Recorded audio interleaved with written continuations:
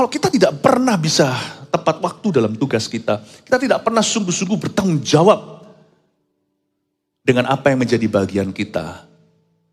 Jangan suruh Allah memberkati orang malas, sebab tidak pernah dalam firman Tuhan tertulis, I bless the lazy. Never. Tapi Alkitab dengan jelas di kitab Amsal dikatakan, tangan rajin membuat kaya. Tetapi ditambahkan, ada satu ayat disclaimer-nya supaya yang rajin jangan sombong hati. Berkat Tuhanlah yang membuat kaya, susah payah tidak menambahinya.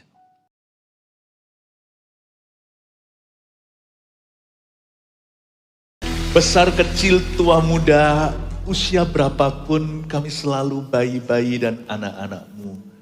Tuhan, terima kasih Tuhan, Kau jadikan kami anak-anak-Mu. Kami mau menjadi serupa seperti gambaran-Mu. Orang tua memperoleh mimpi di tempat ini. Orang-orang muda penglihatan.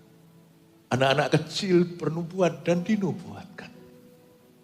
Kupersembahkan sekali lagi gereja-Mu yang Kau pilih. Dalam tangan dan di bawah kaki-Mu Kristus. Berkatilah, bersabdalah Tuhan. Sembunyikanlah hamba-hamba-Mu dan sekarang giliran hamba-Mu Kau sembunyikan di balik salib-Mu. Terima kasih Yesus. Haleluya. Amin. Jesus loves you. Tuhan mengasihi kita semuanya. Kasih tepuk tangan untuk Tuhan paling meriah. Ini saya akan menyampaikan firman untuk memperbaiki kebudayaan kita yang salah. Mari kita buka Matius pasal 25. Budaya telat bukan bicara tentang terlambat datang ke gereja saya saja, tetapi telat dalam apapun dalam hidup ini. Saya percaya ini bukan hanya kebiasaan buruk, tapi masalah yang sangat serius. Kita baca dulu gadis-gadis yang bijaksana dan gadis-gadis yang bodoh. Matius 25 ayat 1 sampai 13. Pada waktu itu hal kerajaan sorga seumpama 10 gadis yang mengambil pelitanya dan pergi menyongsong mempelai laki-laki. 5 diantaranya bodoh dan 5 bijaksana. Gadis-gadis yang bodoh itu membawa pelitanya tetapi tidak membawa minyak. Sedangkan gadis-gadis yang bijaksana itu membawa pelitanya dan juga minyak dalam buli-buli mereka. Tetapi karena mempelai itu lama tidak datang-datang juga, mengantuklah mereka semua lalu tertidur. Waktu tengah malam terdengarlah suara orang yang berseru, mempelai datang, songsonglah dia. Gadis-gadis itu pun bangun semuanya lalu membereskan pelita mereka. Gadis-gadis yang bodoh berkata kepada gadis-gadis yang bijaksana, berikanlah kami sedikit dari minyakmu itu, sebab pelita kami hampir padam. Tetapi jawab gadis-gadis yang bijaksana itu, tidak, nanti tidak cukup untuk kami dan untuk kamu. Lebih baik kamu pergi kepada penjual minyak dan beli di situ. Akan tetapi, waktu mereka sedang pergi untuk membelinya, datanglah mempelai itu. Dan mereka yang telah siap sedia masuk sama-sama dengan dia ke ruang perjamuan kawin. Lalu pintu ditutup. Kemudian datang juga gadis-gadis yang lain itu dan berkata, Tuhan, Tuhan, bukakanlah kami pintu. Tetapi ia menjawab, aku berkata kepadamu, sesungguhnya aku tidak mengenal kamu. Karena itu berjaga-jagalah, sebab kamu tidak tahu akan hari maupun akan saatnya. Mulai ayat pertama. Pada waktu itu hal kerajaan sorga seumpama 10 gadis yang mengambil pelitanya dan pergi menyongsong mempelai laki-laki. Ayat 1, mempelai laki-laki kita semua tahu dia adalah kepala gereja Yesus Kristus. Yesus akan datang kembali, tak tahu kapan waktu. Tetapi 10 gadis ini juga bisa mewakili mempelai wanitanya, yaitu 10 gereja. Yesus memberikan 2 kategori, 5 gadis yang bijaksana, 5 gereja yang bijaksana, 5 gadis yang bodoh, 5 gereja yang bodoh. Wanita di sini juga bisa simbol gereja Tuhan di perjanjian baru. Meskipun ini juga bicara kepada kita individu per individu. Komitmen harus dibuat secara korporat. Meskipun harus di follow up secara pribadi. Kalau kita itu berada di sebuah organisasi yang kotor, kemungkinan kita akan kamir. Tapi jikalau organisasi bersih, niscaya kita pasti akan dicuci. Gereja ini punya satu disiplin, ini bukan bicara soal datang ke gereja aja. Meskipun saya berharap tetap sebagai gembala sidang, untuk kita punya kebiasaan baik. Menurut saya kebiasaan baik itu rohani sifatnya. Pesan ini bukan behavioral, pesan ini bukanlah demi kelakuan. Meskipun firman Tuhan itu juga memperbaiki kelakuan kita. Dia mengajar, dia menegur, dia menasihati agar hidup kita diberkati. Tetapi firman ini lebih kepada mendorong, firman ini berguna untuk membawa kita selangkah lagi lebih dekat menjadi serupa dengan gambarannya. Tujuan dari firman ini bukan hanya sampai mengkoreksi waktu kita kronos atau secara jasmani, tapi untuk mengubah paradigma kita untuk menghargai kasih karunia. Salah satu kasih karunia yang Tuhan berikan yang tidak akan pernah kembali adalah waktu dan kesempatan.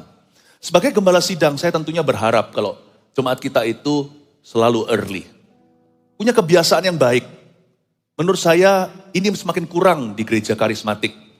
Yaitu datang ke gereja itu minimal kalau enggak 5 menit, 10 menit lebih awal saat teduh pribadi dulu. Enggak datang itu terburu-buru atau orang Surabaya bilang kesusu. Kita datang itu mempersiapkan hati kita, tenanglah jiwaku dalam naungan hadiratnya. Pulang juga enggak langsung lari, setelah doa berkat duduk dulu. Mungkin kita ucapkan doa sendiri secara pribadi 1-2 menit, enggak perlu 5 menit. Saya rasa datang pergi kita diberkati oleh Tuhan. Daripada kita datang hanyalah pilih-pilih seperti kita pilih makanan atau kita memilih satu show. Kita mau nanti datang waktu si artis ini yang akan nyanyi. Atau waktu lagu ini akan dinyanyikan. I don't think so. It's all about Tuhan dari awal sampai akhir adalah tentang Kristus. Tapi ini lebih dari itu. Ini mengajari kita untuk menghargai waktu. Karena orang yang tidak menghargai waktu punya masalah rohani. Saya pernah berapa tahun yang lalu diundang sebagai pembicara utama di sebuah seminar konferensi hamba-hamba Tuhan di India. Saya tidak menjelekkan negara, makanya itu saya nggak nyebut organisasi, saya nggak nyebut juga event atau acaranya. Kita orang Indonesia notabene sering telat. Itu juga jadi budaya kita. Sedangkan firman Tuhan berkata kalau kita ditebus oleh Kristus, kita nggak hanya ditebus untuk masuk sorga. Kita juga ditebus dari cara hidup kita yang sia-sia. Roma 12 katakan bahwa kita ini jangan jadi serupa dengan dunia di sekeliling kita. Kita harus menggarami dunia di sekeliling kita, bukan malah kepengaruh sama mereka. Kita harus jadi terang dan garam ya kan? Dengan pembaharuan akal budi kita. Nah kembali ke cerita India. Saya dijemput sebagai pembicaranya nih, event itu sudah fix ya. Dan saya dijemput itu paling early, paling awal itu 45 menit telat. Setiap sesi, saya kan di hotel, dijemputnya itu saya sudah ready kalau misalkan saya dijemput pukul 5:30. Apalagi di tempat baru seperti ini, 5:15 saya sudah di lobi. Itu saya tunggu 45 menit kemudian, pernah saya dijemput 1,5 jam terlambat. Saya tanya sama panitia, Bapak, maaf ya enggak apa-apa saya ini menunggu karena buah roh adalah panjang sabar. Tapi kenapa telat? Dia bilang, oh enggak apa-apa, acara belum mulai, pada belum datang. Loh, emangnya telat berapa jam? 2 jam. Tapi tertuliskan ini, bukletnya, inilah buku acara. Memang di sini selalu 1-2 jam terlambat. Saya bilang, ketika giliran saya berkhotbah, saya tegur mereka dengan kasih. Semua kan kebetulan para pendeta. Saya bilang, Bapak Ibu Saudara, we have a spiritual problem. Bagaimana kita bisa memenangkan orang dunia yang jauh lebih profesional? Bagaimana?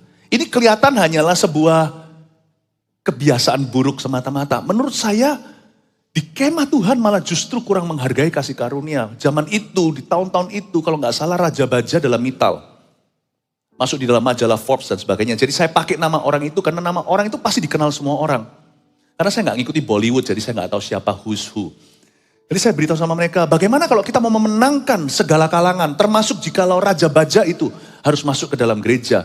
Lalu dia biasa rapat jam segini, selalu tepat waktu, tetapi kalau datang ke gereja 2 jam terlambat, saya rasa kita akan jadi batu sandungan. Salib Kristus tidak seperti itu. Yesus selalu tepat waktu, dia datang persis di waktu ketika Mesias diutus. Gak lebih awal, gak lebih awal atau gak terlambat. Tuhan selalu tepat dan indah pada waktunya. Saya rasa, saya ngomong sama para hamba-hamba Tuhan, saya rasa you have a spiritual problem. Ini bukan behavioral problem, ini bukan masalah kebiasaan, ini masalah kerohanian. Makanya tidak terjadi kebangunan rohani, tidak ada mega church, gak ada gereja yang besar, bukan karena size-nya yang besar. Tidak ada pengaruh orang-orang Kristennya, anak-anak Tuhan. Karena cara kita memperlakukan Tuhan aja, di dalam ibadah kita aja, lebih buruk daripada cara orang-orang yang menyembah berhala memperlakukan dewanya. We have a spiritual problem. Ini kalau gigi udah gak bisa perawatan, ini harus dicabut total. Saya bilang Bapak Ibu ini harus dicabut total karena ini sudah busuk di akarnya. Akarnya udah mati. Saya bilang sama mereka, kecuali Anda berubah, saya kirim orang ke sini, tak rintis gereja Indonesia di India. Karena Indonesia lebih gak terlambat daripada India, kita paling 15 menit telat. You see, it's not just a problem, it's a spiritual one. Makanya saya ingin mengkonfrontasi, saya menunggu-nunggu saat ini, di hari ini saya akan mengajarkan hal-hal seputar budaya kita. Yang mungkin gak relevan bagi budaya asing, tapi setiap budaya pasti ada problemanya. Pasti ada masalahnya.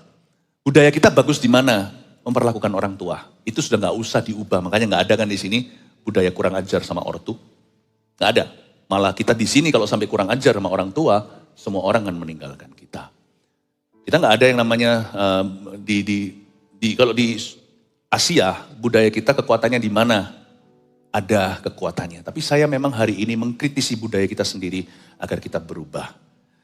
5 gadis bodoh, 5 gadis bijaksana. Mereka tidak dipisahkan karena mereka tuh dipisahkan ayat 2. 5 diantaranya bodoh dan 5 bijaksana. Jadi bodoh di sini bukan intelektualisme. Bodoh di sini bukan intelijensinya. Bodoh di sini adalah cara mereka memandang kasih karunia. Yang satu meremehkan. Padahal 10 gadis itu sama-sama punya resources atau sumber daya. Mereka sama-sama pegang pelita. Mari kita lihat ayat 3. Gadis-gadis yang bodoh itu membawa pelitanya. Tetapi tidak membawa minyak. Seperti orang yang lupa peluru namun bawa tembak. Di sini kita melihat bahwa masalah rohani pertama kesatu daripada gadis-gadis yang bodoh yang akhirnya tidak tepat waktu. Terakhirnya hidup mereka diisi dengan terburu-buru ketika waktunya telah tiba. Mereka tidak ready, ya kan? Gadis-gadis ini disebut bodoh, padahal mereka bawa pelita. Sekalipun punya Roh Kudus, tapi mereka tidak membawa minyak. Mereka tidak diperbaharui akal budi mereka. Apakah kebodohan pertama yang saya lihat dari gadis-gadis ini? Itu mereka meremehkan kesempatan yang diberikan. Mereka meremehkan waktu. Mereka tidak menjunjung tinggi kasih karunia yang diberikan oleh Tuhan kepada kita. Ini tipe-tipe orang-orang yang berkata gini loh, gampang lah, mau bertobat, mau ikut Tuhan, itu nanti-nanti aja. Life begins at 40 ya kan. Kalau di gereja kita beda. The earlier the better. Lebih awal lebih baik lagi. Makanya dari sejak kecil kita sudah mulai orbitkan. Kita sudah mulai muridkan. Dari ayat-ayat ini saya pelajari bahwa it's better to be early di dalam kasih karunia itu lebih baik dini daripada terlambat. Tidak pernah ada yang namanya terlalu awal ikut Tuhan, itu gak ada. Percayalah saya kenal Tuhan umur 18 tahun, bagi beberapa orang sudah cukup awal. Sekarang saya mikir-mikir lagi menyesal. Kenapa saya gak terima Tuhan waktu mereka-mereka ini masih kecil seperti ini. Aduh Tuhan. Karena banyak hal yang perlu saya selesaikan sekarang, saya kehabisan waktu. Kepingin saya lebih aktif lagi di dalam kampus ministry, saya bukan mahasiswa lagi. Ada banyak hal itu, semakin kita tua dan berusia, semakin sempit kesempatannya, semakin menghimpit. Bapak ibu saudara, tidak ada dalam kamus Tuhan dan orang percaya, terlalu early atau terlalu awal atau terlalu dini untuk ikut Tuhan. Terlalu awal untuk taat. Terlalu pagi untuk berdoa. Terlalu cepat untuk sungguh-sungguh. Gak ada itu. Gadis-gadis yang bodoh itu membawa pelitanya. Tapi mereka leha-leha dan bersantai saja. Tidak mempersiapkan minyaknya. Pelita itu dari Tuhan. Kita tidak membelinya. Roh Kudus itu diberi cuma-cuma. Terang firman Tuhan, firman-Mu pelita bagi kakiku. Tapi minyak itu kita harus bayar harga. Minyak itu berarti kita harus melumasi. Minyak itu berarti kita harus berbenah diri. Minyak itu kita harus sungguh-sungguh. Minyak itu berarti mempersiapkan. Mereka, gadis-gadis ini, mereka itu tidak mempersiapkan dirinya. Bapak ibu saudara, kunci kerajaan sorga tidak di tangan yang punya sorga. Kunci kerajaan sorga di tangan Petrus, di tangan murid-murid Yesus, di tangan kita. Kita bertanggung jawab untuk merubah kelakuan kita dengan pelita yang sudah kita bawa. Firman yang di tangan kita itu pedang roh yang cukup untuk mengubah kelakuan apa saja dan kebiasaan buruk apapun. Karena itu dengan pelita itu belilah minyak hari ini. Minta Tuhan urapi. Minyak itu bukan hanya bicara tentang the anointing. Minyak itu bagian kita, isi bensin. Tuhan mau memberikan kepada kita pekerjaan. Tapi kalau kita nggak sungguh-sungguh, Tuhan tidak pernah ingin memberkati orang malas. Sekalipun pekerjaan sudah dijanjikan. Meskipun kalau akhirnya kita berhasil dalam pekerjaan kita, bukanlah kita yang membangun rumah, sia-sialah orang yang membangun rumah jikalau bukan Tuhan yang membangunnya. Akhirnya kita tidak bisa berkata karena aku rajin, karena aku ulet, karena koneksiku banyak, karena aku pintar, pandai, karena aku S2, karena aku S3. Bukan karena itu. Berapa banyak orang yang pintar, pandai, tidak punya kerja. Berapa banyak orang yang sehat, mati muda. Meskipun kita bertanggung jawab untuk olahraga, kita persiapan, kita belajar bagi seorang pelajar dan mahasiswa atau bekerja dengan sungguh-sungguh, bekerja dengan keras, putar otak, itu semua minyak. Namun pada akhirnya kalau kita sukses, dilarang untuk berkata, ini semua karena aku, bukan karena gagah perkasaku, tapi karena rohmu. Sungguhan. Tapi banyak orang Kristen itu malah begini, karena mereka percaya kasih karunia, semuanya terserah Tuhan. Mereka lupa bahwa kunci mereka juga ada. Misalkan Tuhan berjanji memberi kita suatu pekerjaan, tapi kita selalu tidak tepat waktu. Tugas-tugas kita selalu terbengkelai. Kita dipasrahi, malah yang masrahi kita harus mengingatkan. Kalau gitu ngapain? Kalau gitu perlu dia hire satu orang lagi. Dia berarti perlu untuk rekrut satu pekerja lagi, khusus untuk mengingatkanmu. Kan double expense perusahaannya. Kan perusahaannya merugi gara-gara kita. Kalau kita tidak pernah bisa tepat waktu dalam tugas kita tidak pernah sungguh-sungguh bertanggung jawab dengan apa yang menjadi bagian kita. Jangan suruh Allah memberkati orang malas. Sebab tidak pernah dalam firman Tuhan tertulis, I bless the lazy. Never. Tapi Alkitab dengan jelas di kitab Amsal dikatakan, tangan rajin membuat kaya. Tetapi ditambahkan, ada satu ayat disclaimer-nya supaya yang rajin jangan sombong hati. Berkat Tuhanlah yang membuat kaya, susah payah tidak menambahinya. Amin Bapak Ibu. Namun banyak orang itu berada di kemah kasih karunia dan berkata, oh by grace alone. Dan melipat tangan sebentar lagi, melipat satunya, tertidur sebentar lagi kemiskinan menyerbu seperti pencuri. God never blesses the lazy. God doesn't bless disobedience. Tuhan tidak memberkati ketidaktaatan. Tuhan tidak memberkati semua itu. Karena itu persiapkan minyak. Minyak it's on your part. Minyak adalah bagian Anda, bukan bagian kita. Minyak adalah bagian gadis untuk membelinya. Bagian gereja untuk membayar harga. Saya rasa tahun 2023 orang boleh berkata whatever, apapun juga. Orang bisa berkata kelam dan sebagainya. Sebagai gereja kita ini mercusuar. Izinkan saya menubuatkan 2023 adalah tahun di mana kita akan menabur kesungguhan, menabur doa. Kita berani bayar harga dan tahun 2023 akan banyak perkecualian buat umat Tuhan. Ada banyak keluputan. Dan ada banyak berkat yang akan mengalir di Bukit Sion ini. Di ibadah pertama saya sampaikan, asal Anda mau jalan sama Tuhan, gak perlu sempurna asal kita mau berusaha. Saya yakin kok kasih karunia akan menjemput kekurangan kita. Apa yang memang harus Anda buka, harus Anda establish dan set up. Jangan ditunda karena prediksi-prediksi dunia. Bukalah kalau memang sudah waktunya. Tahun depan kita juga akan pindah ke gedung 2 kali lipat hari ini. Orang berkata resesi.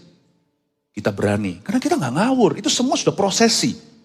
Nah masa kalau tahun depan resesi anak Anda yang berumur 15 dilarang untuk ulang tahun umur 16? Pestanya mungkin enggak, tapi jangan larang mereka ulang tahun, berarti kan mereka mati di umur 15 ini.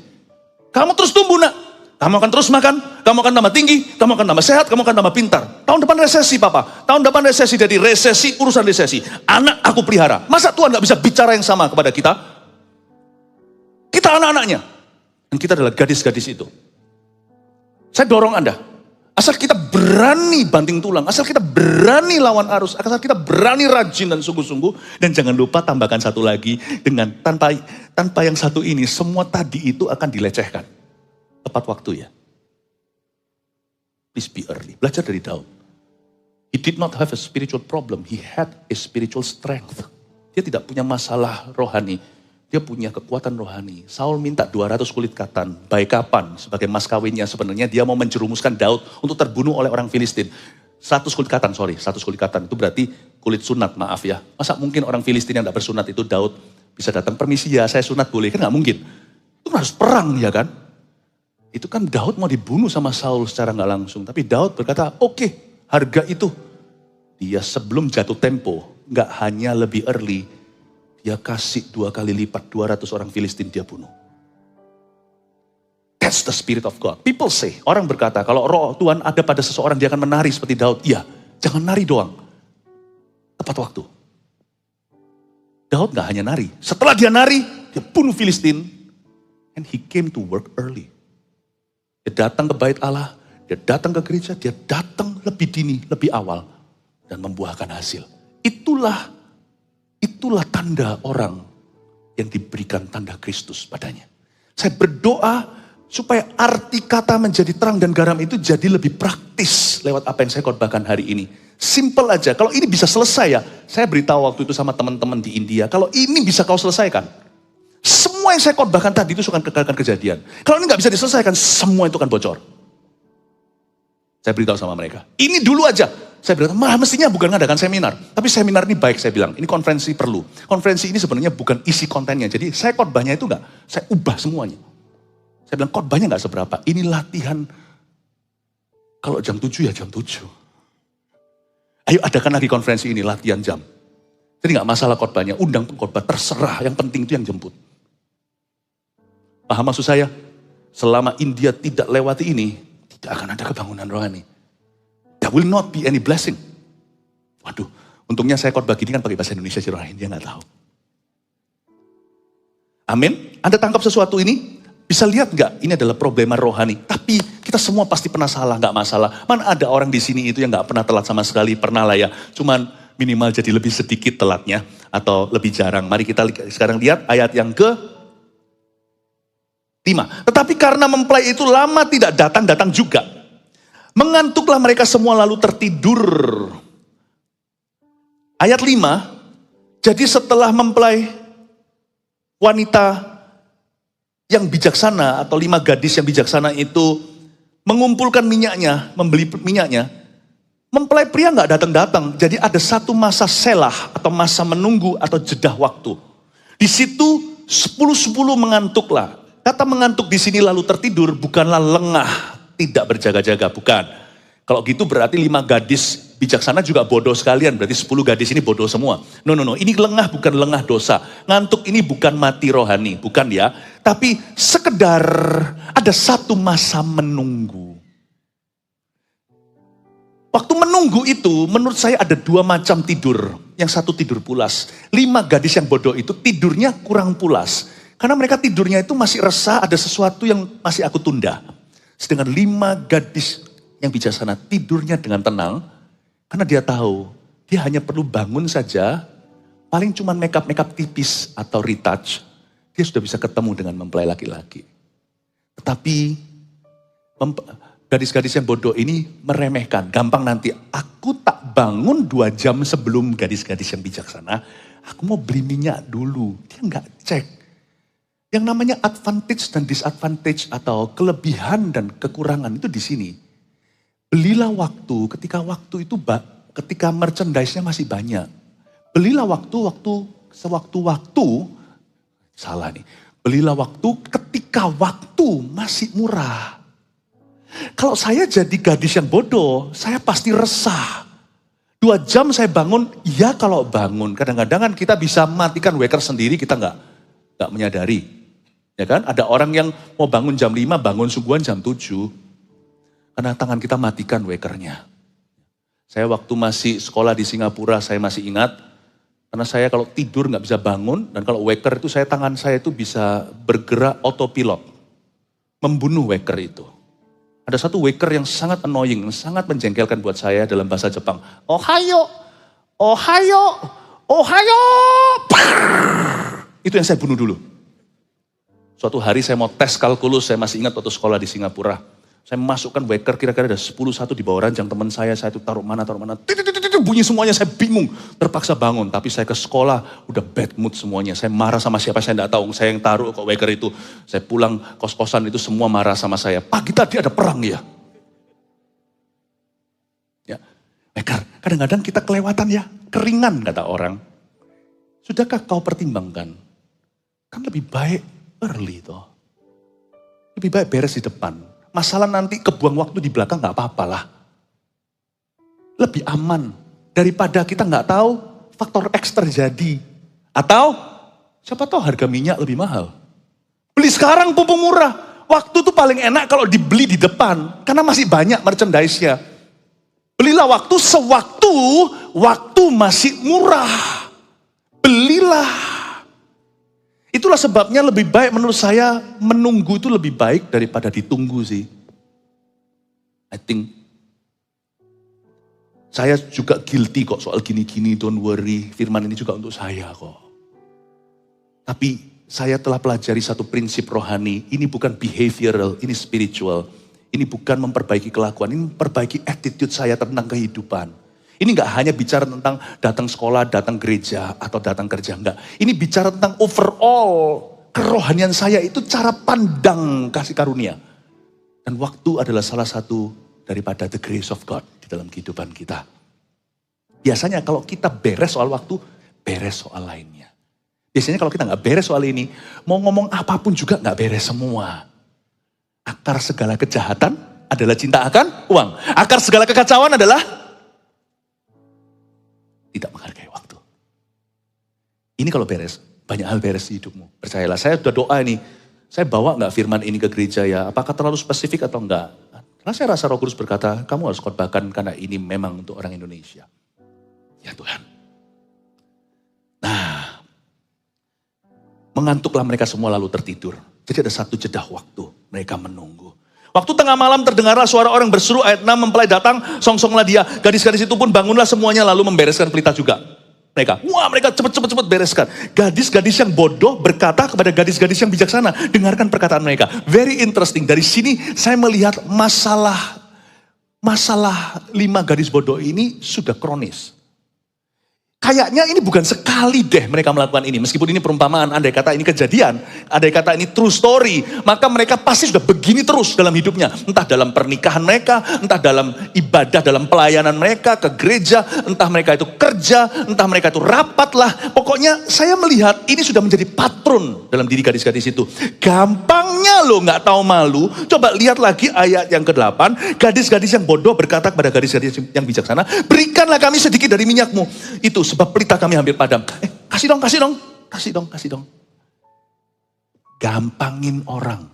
Makanya Tuhan tidak bisa memberkati mereka with people. Saya yakin 5 gadis yang bodoh ini pasti sepi dengan manusia hidupnya. 5 gadis yang bijaksana ini pasti penuh dengan orang kepercayaan dan orang-orang yang mempercayai mereka. Makanya why God cannot bless Jerusalem with people because they hate people. Kenapa Yerusalem tidak diberkati dengan manusia? Pada waktu akhirnya Yerusalem itu diangkut baru bertobat.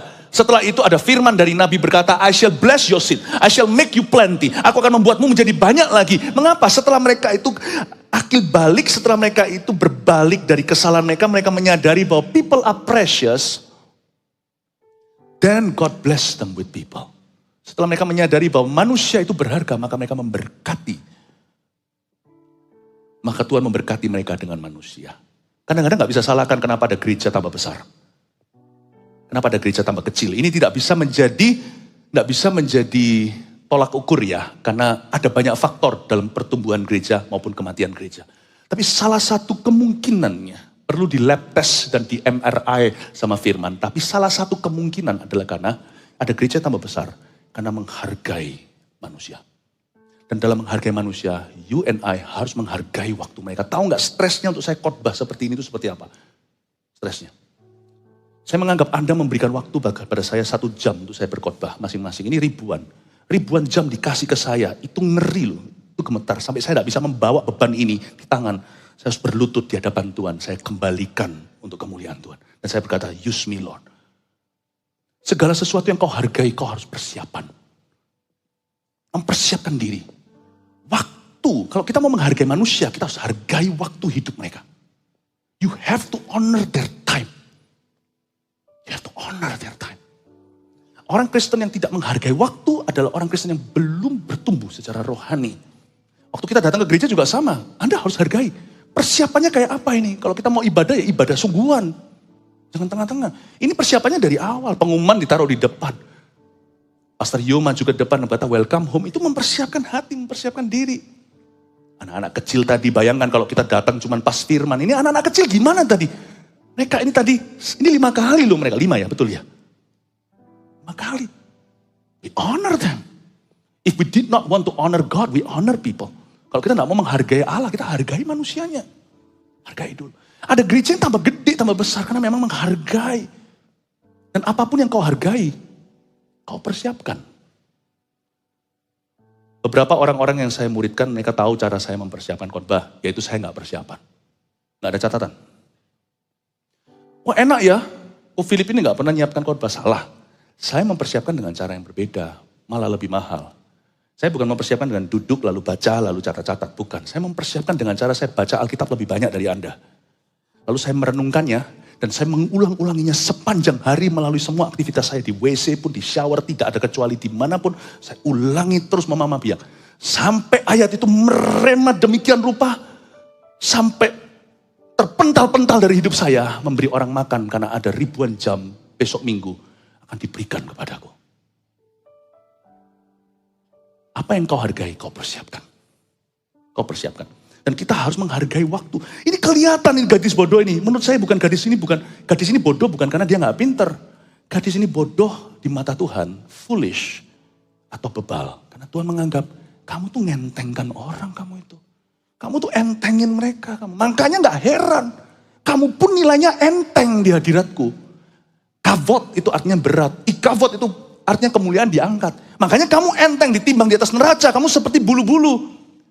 Siapa menghormati aku, kata Tuhan, aku akan hormati dia. Ada ayatnya. Siapa menghina aku akan hina dia. Luar biasa.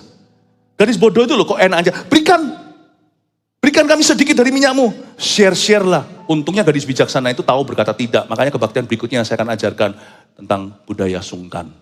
Cannot say no lah. Cannot say no to people. Tapi gadis bijaksana itu tegas berkata, sorry ya. Nehi kusi-kusi he. Bahasa India sekalian. Tidak ya. No way Jose. Tidak, no. Punan sayang. Gak bisa begini. Dia bilang, sorry. Ini bukan waktu untuk sharing. Ada segala sesuatu ada waktunya. This is not the time for sharing. This is the time for reaping. Ini waktunya untuk menuai. Saya senang sekali bangga dengan gadis bijaksana itu. Dia berkata, tidak. Ada gereja yang bisa berkata, no. Luar biasa. Ayat yang ke-9. Tetapi jawab gadis-gadis yang bijaksana itu, tidak, nanti tidak cukup untuk kami dan untuk kamu. Lebih baik kamu pergi kepada penjual minyak dan beli di situ. Akan tetapi, waktu mereka sedang pergi untuk membelinya, mungkin cari Pertamina, datanglah mempelai itu dan mereka yang telah siap sedia masuk bersama dengan dia ke ruang perjamuan kawin. Aduh, lalu pintu blung ditutup di depan mereka. Bapak Ibu Saudara dengar baik-baik. Waktu itu baik di depan, kejam di belakang. Believe it or not. Di depan kita bisa leye-leye santai. Wah, banyak waktunya. Dia akan kejam di belakang. Karena waktu biasanya akan menghimpit kita pada akhirnya. Pernah nggak kita itu tidurnya gampangin, besoknya pagi itu berharap andai aku bisa tidur 5 menit aja. 5 menit aja lah, Mam. 5 menit aja lah, Mam. Tadi malam 5 menit dibuang. Waktu itu selalu kejamnya itu bahasa Ibrani tulis diburi. Ini yang Jakarta gak ngerti ya. Diburi di belakang. Dia selalu kejamnya. It always closes. Orang yang tidak menghargai kasih karunia biasanya akan selalu diulang-ulang repeat lagi sampai dia lulus di hair terus. Yaitu dia akan selalu alami satu fenomena ini, yaitu pintu-pintu ditutup di depannya. Selalu itu. Dan dia akan berandai-andai aku punya 5 menit lagi. Orang yang berlari juga sama kan. Itu bisa jarak 1 detik aja. Itu bisa perubahannya juara 1 dan juara 2. Olimpiade gold medal. Emas atau perak atau perunggu ditentukan dengan itu. Cuman split second. Saya main basket dulu. Basket biasa santai di depan. Tapi nanti kalau terakhir sudah keket. Sudah seperti melengket angkanya. Tinggal 1 lagi. Kalah setengah bola. Itu andai kata cuman ada 2 detik lagi ternyata tet. Dia persis tetnya itu pas masih di tangan lalu dilepaskan basketnya. Mereka review lagi di TV dan semua referee juri berkata tidak masuk, tidak terhitung poinnya. Dan kita kalah persiapan 1 tahun di turnamen itu, kita gugur. Hanya karena 2 detik. Waktu itu akan kejam di belakang kalau kita nyantai di depan. Siapa meremehkan orang lain dan perasaan mereka akan ditutup segala kesempatan. Ayat 12, tapi ia menjawab, aku berkata kepadamu, sesungguhnya aku tidak mengenal kamu. Karena itu berjaga-jagalah sebab kamu tidak tahu akan hari maupun akan saatnya. Saya tidak hanya bicara tentang pergi ke gereja, pergi ke kerja sekali lagi, atau pergi ke sekolah. Atau menyerahkan tugas-tugasnya, bukan. Tapi saya bicara tentang paradigma yang harus berubah. Bahwa kita harus berjaga-jaga. Budaya ini harus mati di dalam diri kita bagi orang Indonesia. Karena nanti ke depan, Indonesia akan menjadi salah satu negara yang paling diperhitungkan di seluruh dunia. Dan kalau orang-orang Indonesia pada umumnya, bolehlah masih begini-begini. Saya harap Kopassusnya Tuhan Yesus, orang-orang Kristennya satu di antaramu akan membuat 1000 musuh lari. 2 di antaramu akan berlaksa-laksa. Kita harus instalasi quality. Kita harus injeksi kualitas. Satu hal yang menjadi beban kami gereja Tuhan adalah bukan memperbanyak jemaat. Itu akan terjadi dengan sendirinya. Orang-orang akan pada mau bergabung dengan gereja karena melihat kemuliaan anak-anak Tuhan. Roma 8. Karena dunia ini menunggu menanti-nantikan anak-anak Tuhan dinyatakan dalam kemuliaan. Jangankan orang-orang yang kita kenal. Bahkan nanti pun Raja Baja dan Mital satu-satu akan bertekuk lutut. Ini bahasa Indianya, bahasa Indonesianya atur sendiri. Akan bertekuk lutut dan berkata, aku mau mengikutmu. Beritahu aku Tuhanmu. 9 orang di antara mereka akan pegang puncak jubah 1 orang Yahudi dan berkata, take me to your God. Orang Indonesia akan berfungsi. Orang Indonesia akan bangkit. SDM-nya harus berubah. Menurut saya ini bukan hanya tugas pemerintah. Menurut saya ini juga adalah tugas gereja untuk membangkitkan SDM-nya. Amin Bapak Ibu Saudara. Saya ajak kita semua menghargai kasih karunia dalam embrio terkecil. Budaya telat saya kasih ada poinnya 4. Catat ini simpel-simpel untuk review apa yang saya ajarkan. 1, bersiaplah lebih awal agar tepat waktu. Ingat ya, munculkan ini. Waktu itu selalu kejam di belakang, makanya itu kalau bisa lebih dini gak apa-apa. Hapus di dalam kamus. Too early. The words too early never exist. Ya kita gak boleh juga terlalu awal. Kalau habis ini kalau anaknya minta dibangun jam 6, Anda bangun jam 3 ya, keterlaluan lah ya. Pastor Philip yang mengatakannya, nanti dia gak mau ke gereja kita. No. Ada hal-hal tertentu yang lebih baik on time. Tapi maksud saya adalah too early ini persiapan. Hatimu tuh loh, kita nggak boleh meremehkan. Bersiaplah lebih awal agar tepat waktu, jadikan itu prinsip. Pegang baik-baik. Dan ini khotbah akan didengarkan semua. Saya sudah minta sama jemaat, nggak boleh satu pun bolong. Jadi nanti ibadah-ibadah lain termasuk keluarga saat itu dengarkan, jadikan ini prinsip hidupmu ya. Karena saya tahu 2023 kita akan mengalami masa-masa transisi sebagai satu bangsa, 2024 dan seterusnya. Saya percaya nanti akan ada kebangunan rohani yang memimpin dunia, salah satunya adalah dari Indonesia. Orang-orang Kristen akan memimpin segala sektor. Catat ini baik-baik. We are not just Indonesians, we are citizens of the kingdom of God. Bersiaplah lebih awal agar tepat waktu. 2, lebih baik menunggu daripada ditunggu. Kan kita sudah tahu pepatah lebih baik memberi daripada menerima. Saya tambahkan ini, tapi ini hikmat ya. Kalau tadi firman, ini adalah kata-kata hikmatnya. Lebih baik menunggu daripada ditunggu. Ayo kita ambil prinsip itu. Saya minta nanti setiap ibadah, Pastor Yo, setiap CG juga, kita biasakan di dalam gereja. Biasakan di dalam gereja. Kan gereja itu kan rumah Tuhan. Gereja itu rumah Tuhan. 2, 3, yang ketiga, orang yang suka telat, meremehkan Tuhan dan orang lain. Catat. Tapi kalau ada orang telat, jangan tuding mereka kata, kamu meremehkan Tuhan dan orang lain. Udahlah, cincailah. Tapi kitanya jangan telat. Jangan tuntut perubahan pada diri orang lain. Tuntutlah pada dirimu. Sebab after all, siapa sih garam dunia kalau bukan orang yang terlebih dahulu menyadarinya. Kalau garam itu kehilangan keasinan, dengan apa? Dia diasinkan. Kalau kita lupa, siapa yang ingatkan? Ini dia. Bumi langit akan digoncang sama Tuhan. Jangan pun bumi, langit pun akan digoncang. Tapi gereja Tuhan akan bersinar terang. Di zaman sekarang satu persatu, organisasi-organisasi di di seluruh dunia ini satu-satu digoncang.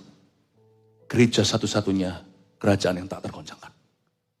Kecuali kalau ada hal-hal yang tidak murni yang Tuhan harus pupuskan. Tapi kalau kita jalan dengan Kristus, kita akan jadi tiang garam dan tiang api dan tiang awan maksudnya. Jangan jadi tiang garam. Jadi garam, tiang garam berarti jadi mantan. Yang ketiga tadi orang yang suka telat meremehkan Tuhan dan orang lain. 4. Pintu kesempatan tertutup bagi orang yang tidak menghargai waktu. Mari kita balik sedikit nomor 4. Berarti pintu kesempatan terbuka bagi orang yang menghargai waktu. Dan orang yang menghargai waktu berarti orang itu menghargai Tuhan. Orang yang menghargai waktu berarti orang itu menghargai orang lain. Berarti pintu kesempatan saya perlu buat akan terbuka. Di tahun 2023 dan seterusnya kita amini bahwa akan terbuka bagi orang atau bagi jemaat yang menghargai Tuhan dan orang lain. Dan menghargai waktu. God bless you. Berikan tepuk tangan untuk Tuhan Yesus.